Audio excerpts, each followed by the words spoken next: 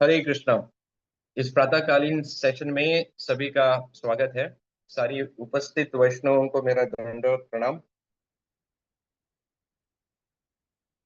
तो अभी नवरात्रि की पर्व चल रही है और अगले हफ्ते हम दशहरा भी सेलिब्रेट करने वाले हैं, आने वाले गुरुवार को।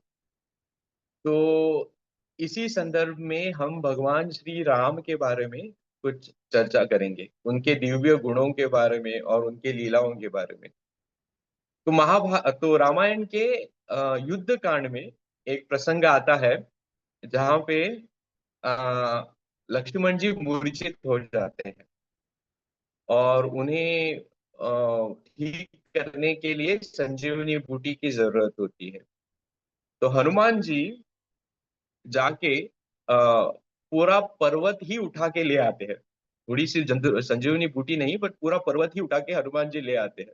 तो वहां पे फिर जाके जो हमारे वैद्यराज होते हैं वो संजीवनी बूटी निकालते हैं उसमें से, और हनुमान जी और लक्ष्मण जी को आ, वापस ठीक कर लेते हैं।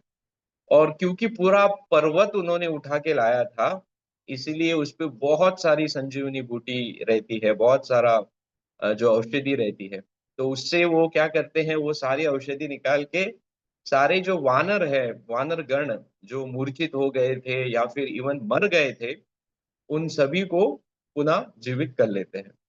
वो करने के बाद भी बहुत सारी संजीवनी बूटी रह जाती है। तो फिर जो राम की सेना है वो सोचती है कि जाके हम जो आ, रावण के रावण की सेना है, जिन्हें हमने सुबह युद्ध में मारा था, जो उनका मृत शरीर पड़ा रहेगा युद्ध भूमि पे, जाके उनको भी पुनर्जीवित कर लेते हैं, क्योंकि हमने उन्हें मारा है, अच्छी बात नहीं है। तो एक भक्त जो होता है वो पर दुख दुखी होता है, तो वो लोग सोचते हैं चलो उनको भी जीवित कर ही लेते हैं। तो फिर वो संजीवनी बूटी लेके युद्ध के पास, युद्ध क्षेत्र में जाते हैं, जो थोड़ा दूर होता है जहाँ पे वो थे पहले। तो वहां जब वो जाते हैं तो एक बहुत ही आश्चर्यजनक बात होती है, और वो बात ये होती है कि युद्ध क्षेत्र में वहां पे एक भी मृत्य देह उन राक्षसों का, रावण की सेना के राक्षसों का एक भी मृत्य देह नहीं होता है।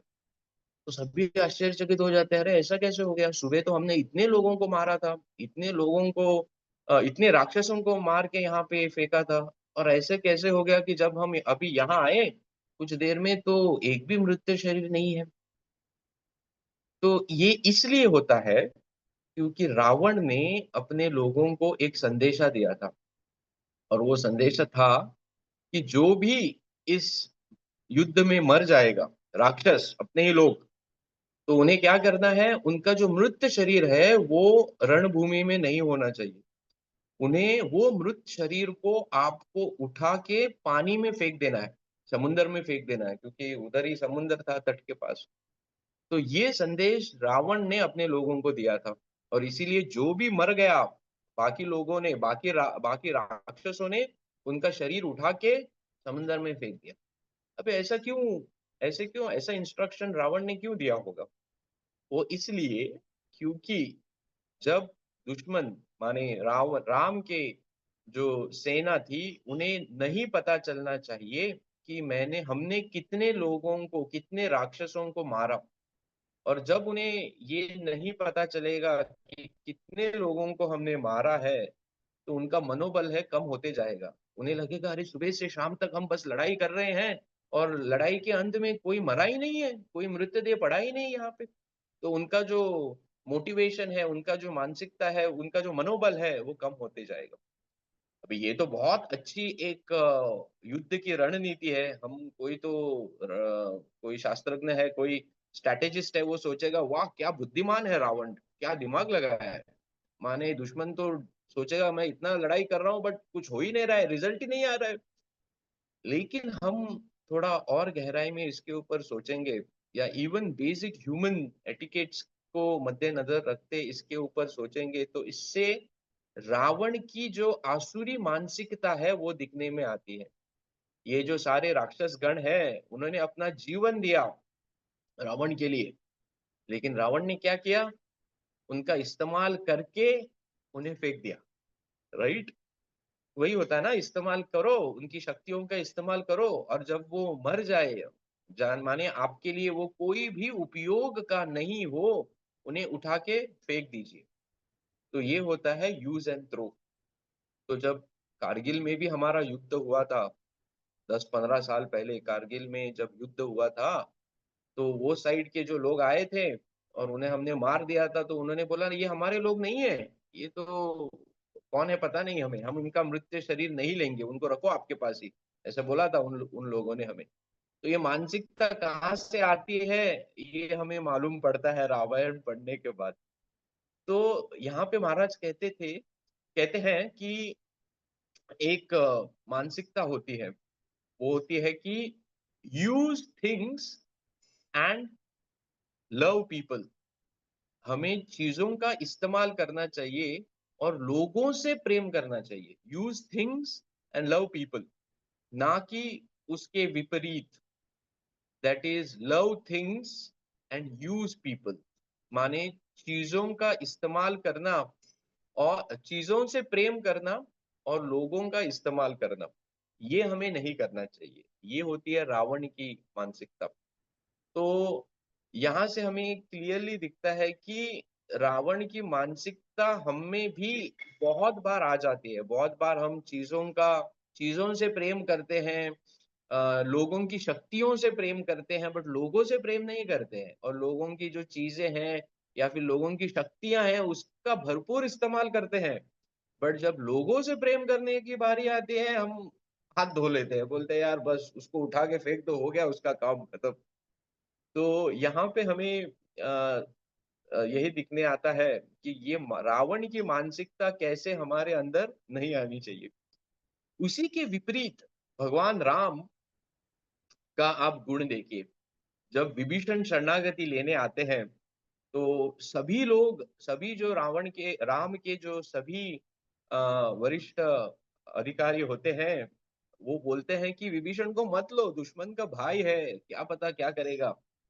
But Ram had no doubt in his mind कि अगर विभीषण आता है तो उसे मुझे शरणागति देनी ही देनी है।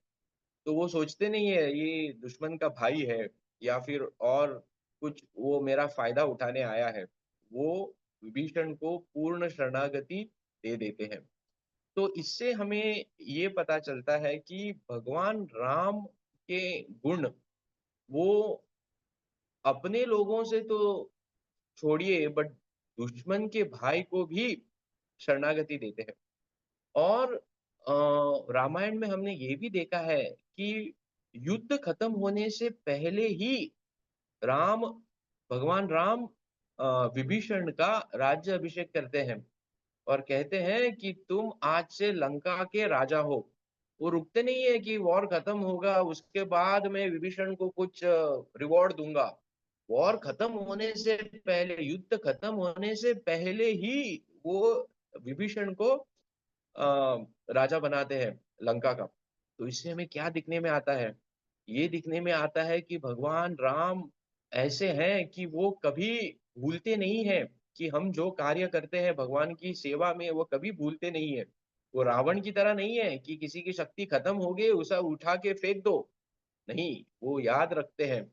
और अपने लोगों का छोड़िए, दुश्मन के भाई का तो ज्यादा ख्याल रखते हैं। तो ये है भगवान राम की मानसिकता और ये है रावण की मानसिकता।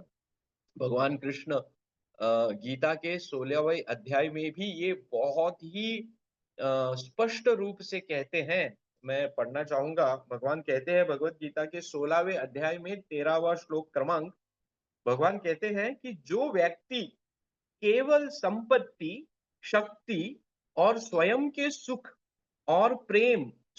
सुख से प्रेम करता है, वह केवल दूसरों का उपयोग करता है। बहुत ही पूर्ण, बहुत ही स्पष्ट रूप से यहाँ पे भगवान ने कहा है कि अगर हम केवल अपनी संपत्ति, अपनी शक्ति और स्वयं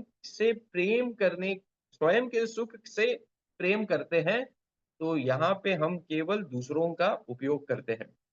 तो बार बार भगवान अपने शास्त्रों द्वारा, अपने अपने लीलाओं द्वारा हमें ये बहुत ही महत्वपूर्ण सीख देते हैं कि हमारा संबंध लोगों से कैसे होना चाहिए।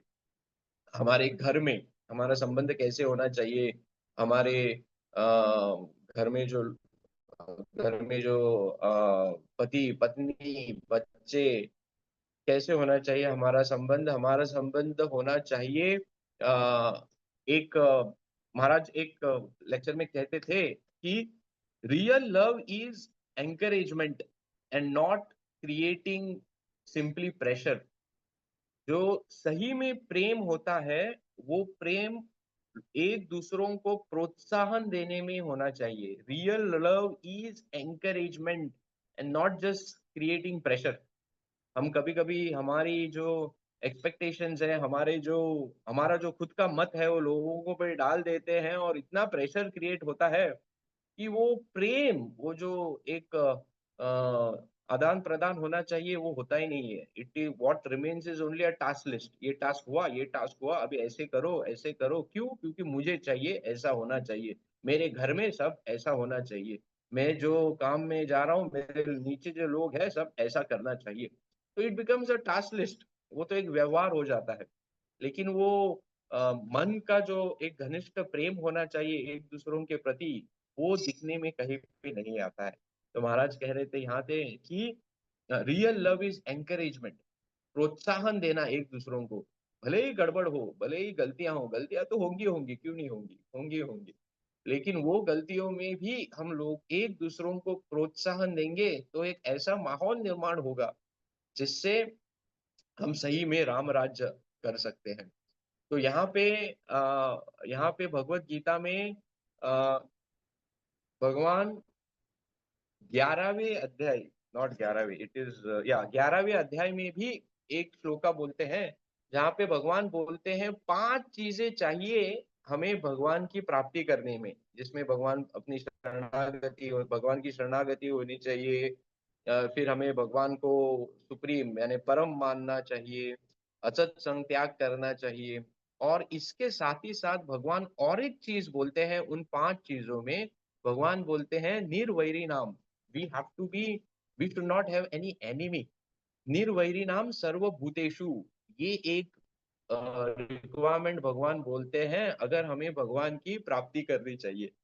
तो देखिए, ऐसा नहीं है कि भक्ति का प्रोसेस सिर्फ भगवान से ही टोटली कनेक्टेड है। भगवान बोलते हैं मैं तो हूं ही, बट मेरे साथ साथ जो मेरी बाकी के लोग हैं, बिकॉज एवरीथिंग इज वासुदेव कुटुंबकम।